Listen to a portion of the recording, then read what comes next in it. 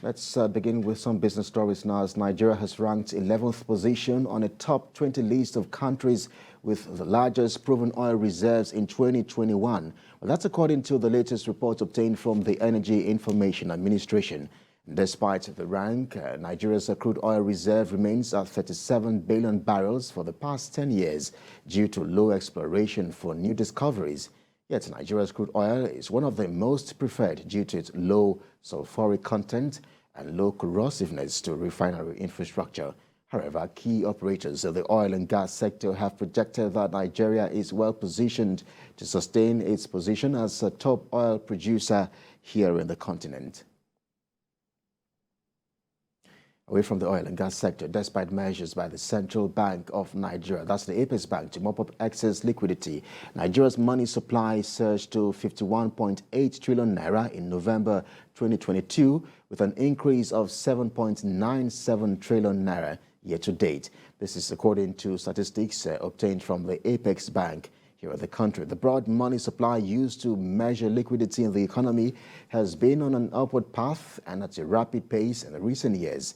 In course to achieve a cashless country, curb the rising inflation rates and persistent depreciation of the exchange rate, monetary policy rate has been raised by 500 basis points between May and November 2022. The report further reveals that increase in Nigeria's broad money supply was driven by the surge in the net domestic assets and decline in foreign assets. To other stories now, the revised Capital Market Master Plan 2015 to 2025 has been described as a blueprint to reposition the capital markets as the engine of economic growth and development here in the country. And according to the Director General of the Securities and Exchange Commission, Mr. Lamido Yuguda, the master plan captures the challenges and prefers solutions to enable the capital market attain its full potentials. Mr. Yuguda explains further that Nigeria's medium-term national development plan emphasizes development of a broadened and competitive financial system that is better positioned to support private sector growth and economic diversification. Meanwhile, he also noted that the MTNDP capital markets provides a useful means to mobilize capital and harness economic interests in an efficient manner to drive innovation and growth. Now, Nigerians have been advised to increase their patronage of made-in-Nigeria products in order to boost the productivity of the country's manufacturing sector to advance economic growth. DG and Chief Executive of the Nigeria Natural Medicine Development Agency, Mr. Samuel Etatuvei, made the call in Lagos at a public sensitization of medicine knowledge practice in Nigeria, is urging the government to increase funding on research for the development of bioresources and natural products in the country. TVC News business correspondent Blessed Omonose tells us more. Established in 1997 by a ministerial order, the Nigeria Natural Medicine Development Agency has remained committed to its mandate of promoting and facilitating the knowledge of indigenous medicine practices in the country. Thank you for finding time to honor us with your presence. At this media roundtable put together by the NNMDA to sensitize Nigerians on the importance of natural medicine, the agency Director General and Chief Executive, while unveiling new products produced by the organization, stressed the need for the exploitation of all the benefits and consumption of natural medicinal products.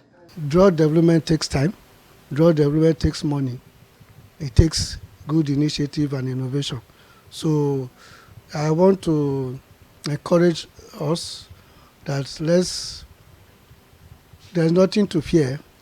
But for those who are taking the pains to go into drug development and have gotten NAFDAC listing for their products, it gives an element of safety and some element of effectiveness. So we should be patient. We cannot continue to depend on other people to come and develop our country. The ones you are buying from China, you are buying from India, some group of people took the initiative and produced them. And I can assure you, sometimes some of those products are not better than our own. He, however, noted that the Nigerian natural product business, with a market value of over $120 billion, will continue to serve as an invaluable economic opportunities for revenue generation for government.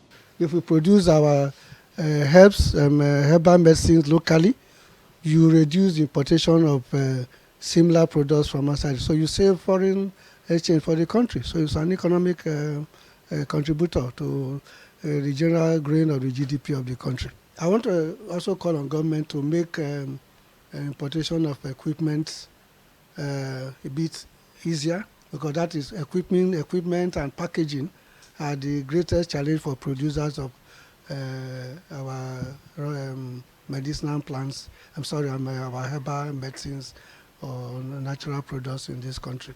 To ascertain the level of quality natural products manufactured by the agency, journalists were taken on an inspection tour around the organization's world-class laboratory facilities in Lagos.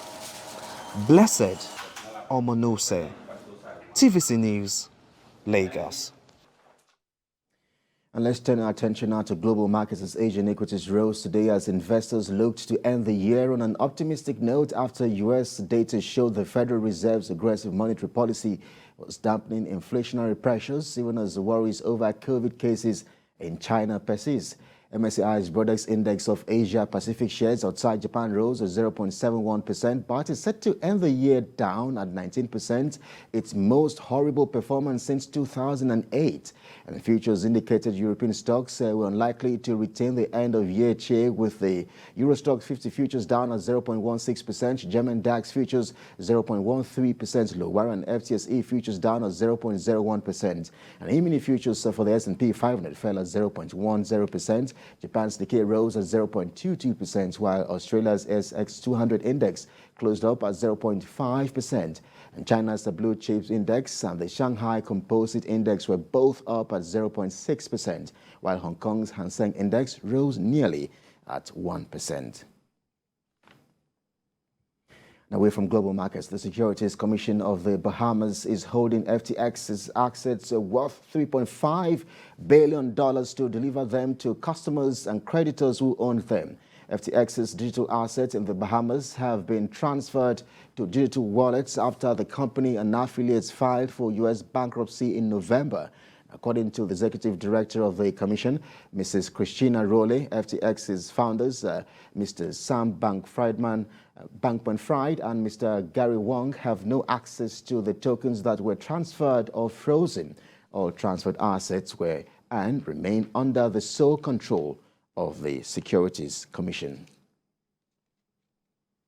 Meanwhile, Russia's finance ministry says the maximum possible share of Chinese yuan in its national wealth fund had been doubled to 60%. This is to reduce dependency on currencies from so-called unfriendly nations during the rainy seasons. But the ministry adds that permitted share of gold in the NWF will also be doubled to 40%, while balances in the British pound and Japanese yen had been reduced to zero. Russia's deficit budget has been financed through NWF, which stood at $186.5 billion as of December 1.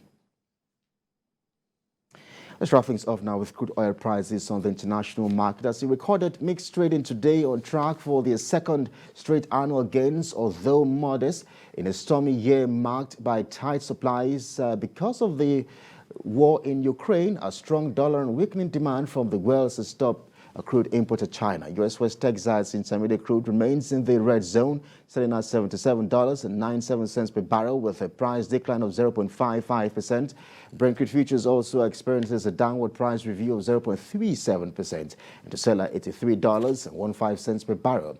And Bonnie Light sells at $81.48 per barrel with a downward price margin of 0.20%. And for the OPEC basket, crude oil dealers are offering $81.14 per barrel with an uptick of 2.24%.